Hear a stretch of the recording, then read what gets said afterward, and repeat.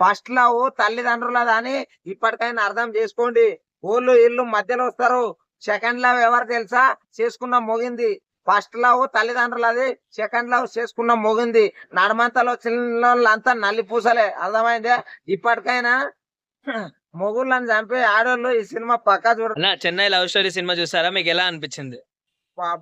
నిజం చెప్పాలంటే కిరణ్ అబ్బవరం వల్ల టాలీవుడ్ లా లవ్ స్టోరీ సినిమాలు రాకొచ్చినాయి, నువ్వు పోయి తీరా నాయనా అని కన్నాడు అని అనిపిస్తుంది. నిజం చెప్పాలంటే అసలు లవ్ స్టోరీల అడ్రస్ గా మారుతున్నాడు మన కిరణ్ అబ్బవరం గారు.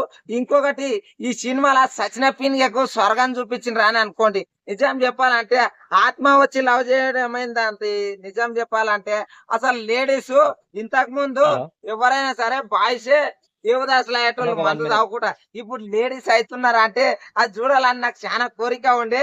ఈ సినిమాలో చూసిన అసలు హీరోయిన్ మందు సీసా పట్టుకొని ఆ పినియ కాడికి పోయి ఏడుస్తా ఉంటే బాబా సమాధి కాడ మస్తు అనిపించింది. నిజం చెప్పాలంటే ఇవన్నీ బాయ్స్ చేసేటోళ్ళు ఈసారి లేడీస్ తోటి చేపించిండు. ఆ డైరెక్టర్ కి అయితే నా మధ్య పెట్టాలి. అసలు నిజం చెప్పాలంటే ఫస్ట్ లవ్ ఈజ్ అమ్మది. అర్థమైందే?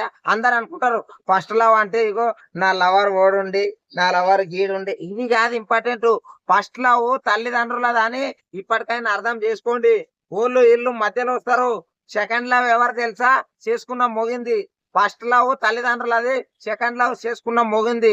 నడమంతలో చిన్నోళ్ళంతా నల్లి పూసలే. అర్థమైందే? ఇప్పటికైనా మొగుళ్ళని చంపే ఆడోళ్ళు ఈ సినిమా పక్కా చూడరు. బరాబర్ చెప్తుండా. ప్రేమ అంటే ఏంది, అసలు ప్రేమకున్న వాల్యూ అంటే ఏంది, అసలు లవ్ అంటే ఒక ఫీల్ కాదు, ఒక జీవితం అనేది తెలుస్తుంది. అర్థమైందా? ఒక అమ్మాయి బాగుండాలి, నేను చనిపోయినా పర్లేదు అమ్మాయి బాగుండాలని ప్రేతాత్మ కూడా కోరుకుంటుండదు. ఇప్పటికైనా అర్థం చేసుకోండి.